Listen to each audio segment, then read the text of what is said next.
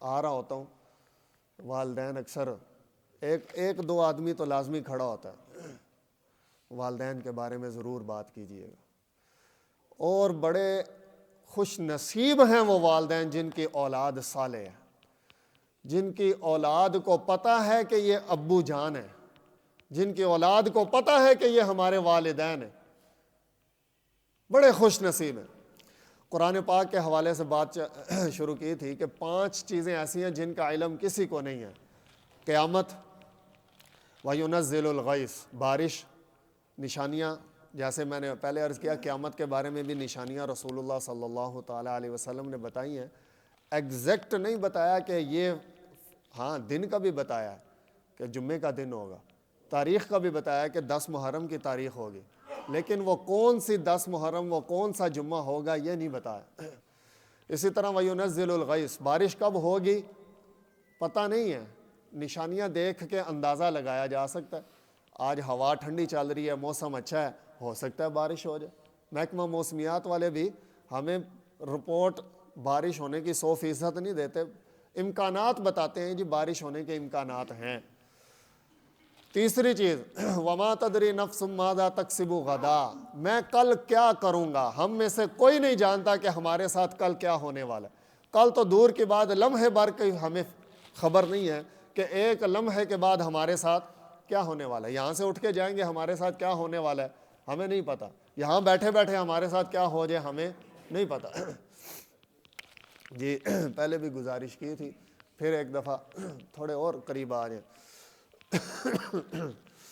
اصل میں آپ احباب مجھے دیکھ رہے ہیں اور میں اس طرف دیکھ رہا ہوں، تو وہ جب مجھ سے مخاطب ہوتے ہیں نا کہ جی اشارہ کرو ادھر، درود شریف پڑھنے آگے ہو جائیں، آپ اور آگے آ جائیں، بے شک ادھر آ جائیں۔ اللہ پاک آپ کا آنا قبول فرمائے۔ ٹائم تھوڑا ہی رہ گیا بس، انشاءاللہ 5-7 منٹ تک دعا کرتے ہیں، ہم وقت کی پابندی کرتے ہیں، آپ حضرات گھبرائیں نہیں۔ اللہ پاک آپ کا آنا قبول فرمائے، جو کہا سنا اس پر عمل کی توفیق عطا فرمائے۔ بات یہ چل رہی تھی ان اللہ عندہ علم الساعہ، قیامت کا نفس بأی ارض تموت، زمین کے کس حصے پر، کس حالت پر مجھے موت آئے گی سوائے اللہ کے اور کوئی نہیں جانتا۔ کسی کو کوئی خبر نہیں ہے کہ میری موت کس عالم میں، کس حالت میں ہوگی، لیکن مرنا سب نے۔ اور 5ویں چیز بتا دوں کہ رحم مادر میں کسی بات پر مسکرا رہے تھے، ہنس رہے تھے حضرات صحابہ کرام رضوان اللہ تعالیٰ علیہم اجمعین۔ انسان کی فطرت ہے، انسان کو رونا بھی آتا ہے، ہنسی بھی آتی، ہنسنا چاہیے۔ رسول اللہ صلی اللہ تعالیٰ علیہ وسلم خود بھی ہنسی مذاق کے محافل انعقاد کیا کرتے تھے باقاعدہ۔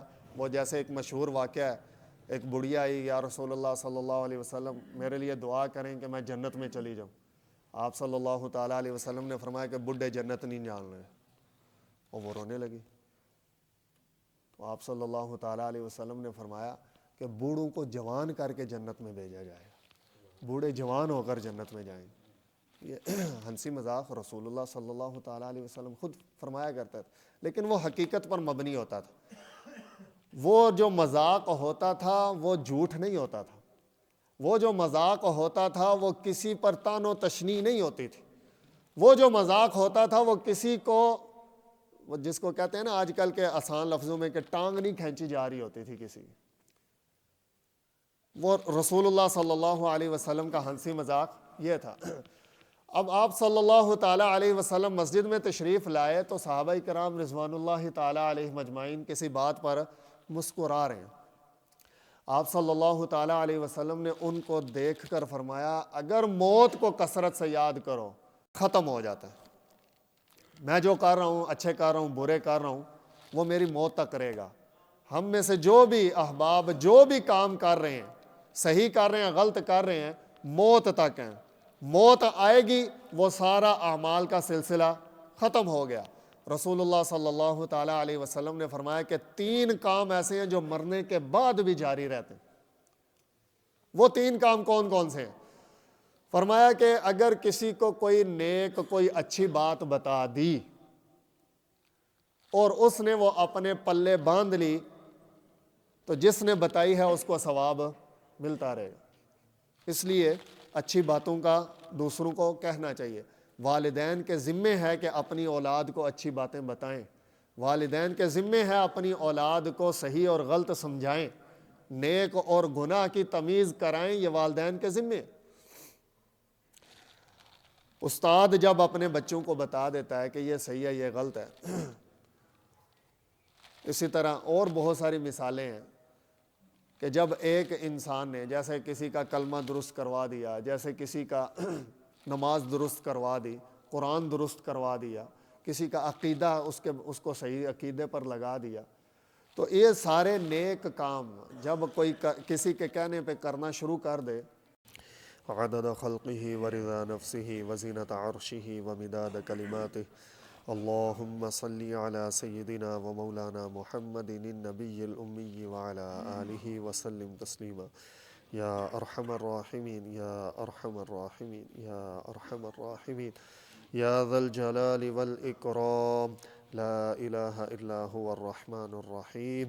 اے اللہ ہمارے تمام گناہ معاف فرما۔